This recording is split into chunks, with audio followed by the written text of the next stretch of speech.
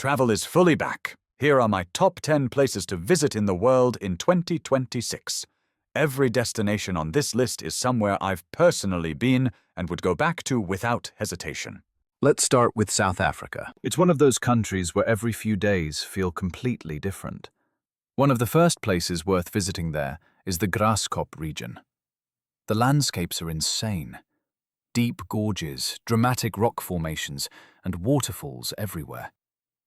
The most impressive spot is Blyde Canyon. It is Earth's third largest canyon, famous as the world's largest green canyon due to its lush subtropical vegetation.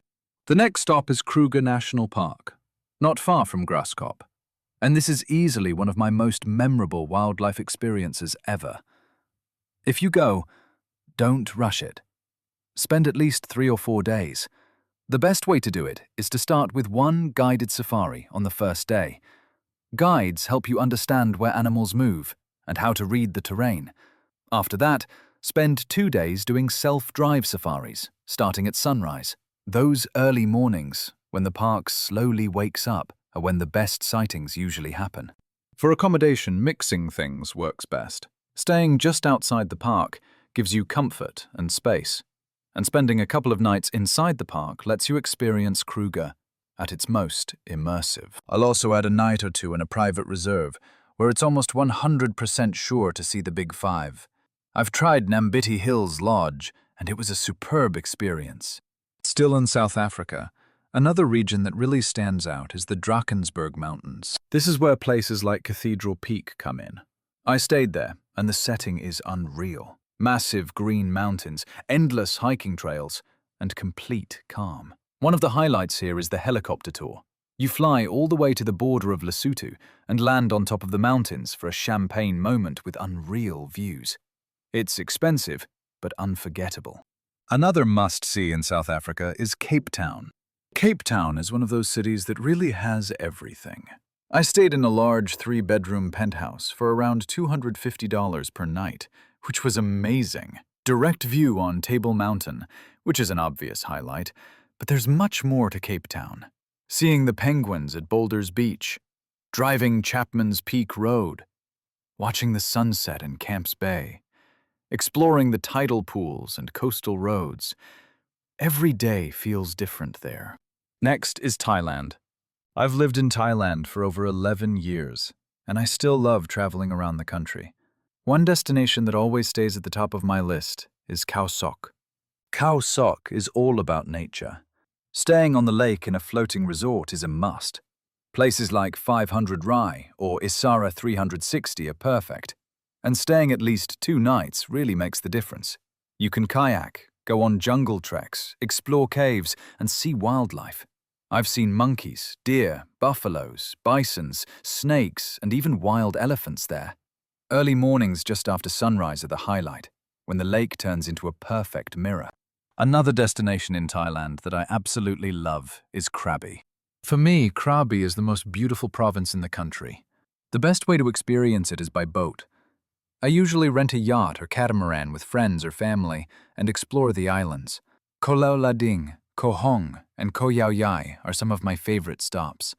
That said, don't skip the mainland. Krabi also has beautiful temples, mangroves, and natural hot springs worth visiting. Still in Thailand, the next region is Phang Nga, and this one is huge.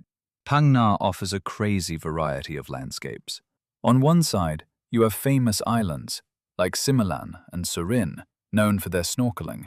There's also Koh Pa, a small sandbar that only appears for a few hours per day. On the mainland, viewpoints like Samet Nan Shi are breathtaking, and Phang Nga Bay itself includes iconic spots like James Bond Island and Koh Pan Yi with its floating football field. Around Khao Lak, you'll also find some of the best hotels in Thailand, including Iniala Beach House, which is my personal favorite. Next is Japan. Japan is a country I keep coming back to. Even after 10 visits, it never feels repetitive. One of the first areas to explore is around Mount Fuji. Beyond the classic viewpoints, the nature around it is just as impressive. Places like Shiraito Falls, Lake Yamanaka, Minami Inaba Lake, and Hakone add a lot to the experience. Another region that really defines Japan for me is Kansai. This is where Kyoto and Osaka are located. Both cities deserve at least 3 to 4 days each, especially Kyoto with its temples and shrines. Crowds are part of the experience, but if you want something quieter, places like Arashiyama or Kibune are great options. And if you go a bit further, the real gems appear. Ine Village, Tottori with its sand dunes, or the Wakayama region with its onsen villages and waterfalls are all worth the trip. Further north, Japan shows a very different face. Aomori and the surrounding areas are special, not just for their landscapes, rice field arts, or photogenic shrines, but for their summer festivals. Aomori Nebuta, Hirosaki Nebuta, Akita Kanto, and Hachinohe Sansha Taisai are some of the most impressive festivals I've ever seen. The floats, music, food, fireworks, and energy make this region unforgettable. Then there's Okinawa. Even this is part of Japan. It honestly feels like a different country and deserves a separate spot in the list. Start on the main island, with time in Naha for food and shopping, then explore further. Highlights include the aquarium in Motobu, viewpoints like Cape Hito, and lush nature. I stayed at Treeful Treehouse, the most beautiful treehouse hotels I've ever seen. From Naha, you head to the Karama Islands. They're only a short ferry ride away, but the water clarity and snorkeling are on another level. Staying on the islands instead of doing a day trip really changes the experience. The next stop is my favorite island in Okinawa, Yoron Island. Yoron is small, laid back, and incredibly peaceful. The water is crystal clear, snorkeling is great, and the highlight is Yurigahama Sandbar, which appears once per day in the middle of the sea. You can explore the island by scooter or bicycle, and everything moves at a slower pace. I stayed at Prisha Hotel and really loved it. Next is New Zealand. I lived in New Zealand for 9 months, traveling in a van, and it has a special place in my heart. One of the key stops there is Queenstown, the adventure capital of the world. Jet boats, bungee jumping, dramatic landscapes, and endless hikes make it a must. From Queenstown, the next experience is heading into the fjords. If you have the time, do both Milford Sound and Doubtful Sound. If you can only choose one, Doubtful Sound feels more untouched and quieter, with waterfalls everywhere and a strong sense of nature. Another place that really surprised me in New Zealand is Kaikoura. It's one of the only places where you can easily see whales and orcas, swim with dolphins and seals, and on top of that, enjoy what is probably the best fish and chips in the world. If you have extra time, there's also an incredible bonus. The Cook Islands are part of New Zealand and are absolutely stunning. For me, they have some of the most beautiful beaches on Earth, and the local culture is incredibly welcoming. Next is Vietnam. Vietnam is intense and full of energy, with each region feeling like a different country. One of the most well-known stops is Hoi An. Hoi An is beautiful, with its lanterns and old town, but it's becoming very touristy, especially in the evening. The best way to experience it is to stay overnight and explore early in the morning by bicycle, when it's much quieter. Heading north, the landscapes change completely. Sapa and the surrounding areas offer incredible rice terraces and mountain scenery, especially around Mukang Chai. Fansipan, Cat Cat Village, and the nearby valleys are all worth visiting. To finish Vietnam, the last stop is Ho Chi Minh City. It's chaotic, energetic, and full of life. The nightlife and food scene are some of the best in Southeast Asia. Next is Italy. Italy always delivers, but some regions clearly stand above the rest. The Dolomites are the most dramatic mountains I've ever visited. You need at least 4 days to explore them properly. Seceda, Lago di Braies, Tre Cime, and Lago di Carezza are all unmissable.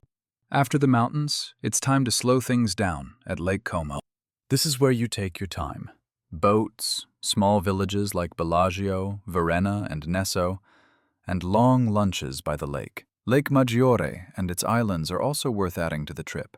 Further south, one of my favorite regions in Italy is Puglia. White villages with domes, dramatic cliffs, incredible food, and a relaxed pace make it perfect for slow travel. Next is the Maldives. The Maldives aren't just about luxury resorts. One of the best budget-friendly options is Fulidhu, where you can see stingrays, sharks, and turtles right from the beach. Snorkeling and diving nearby are excellent too. I saw several manta rays, and I swam with 30 reef sharks. Unforgettable. For a more luxurious experience, the next stop is Dalu Atoll. I stayed at Angsana there and loved it. The seaplane ride is part of the experience, and the snorkeling nearby is great, with daily trips included. I loved the fact that you can stay on the beach or in an overwater villa completely surrounded by the sea. Magic. For something even more remote, the next destination is Gafu Atoll. I stayed at a yada, and the beaches there are some of the most beautiful I've ever seen. The sandbar experience, where you have a private island for an afternoon, is unforgettable and was the highlight of my stay. Next is Colombia. Start in Cartagena. The old town, the modern skyline, the food scene, and the nightlife come together to create a truly unique atmosphere. Colorful colonial streets during the day, vibrant rooftop bars at sunset, and a city that stays alive long after dark. Not far from Cartagena, the San Bernardo Islands offer a completely different experience. These small islands feel remote and peaceful. You can stay at backpacker-style places like Casa de Agua, or choose small private island hotels nearby. From there, head inland to Guatapé, a small, colorful town surrounded by lakes, where bright facades meet calm waters. Climb El Peñol for panoramic views over the entire region, easily some of the most impressive landscapes in Colombia. The final country on the list is Portugal. Start in Lisbon, a city of striking architecture, rich history, and an energetic nightlife. Enjoy the food scene, especially the octopus dishes. Then take time to explore Sintra and the colorful Peña Palace just outside the city. From Lisbon, head south to the Algarve. Follow the coast through dramatic cliffs, hidden beaches, and charming seaside towns. The scenery is raw, wild, and easily some of the most beautiful in Europe.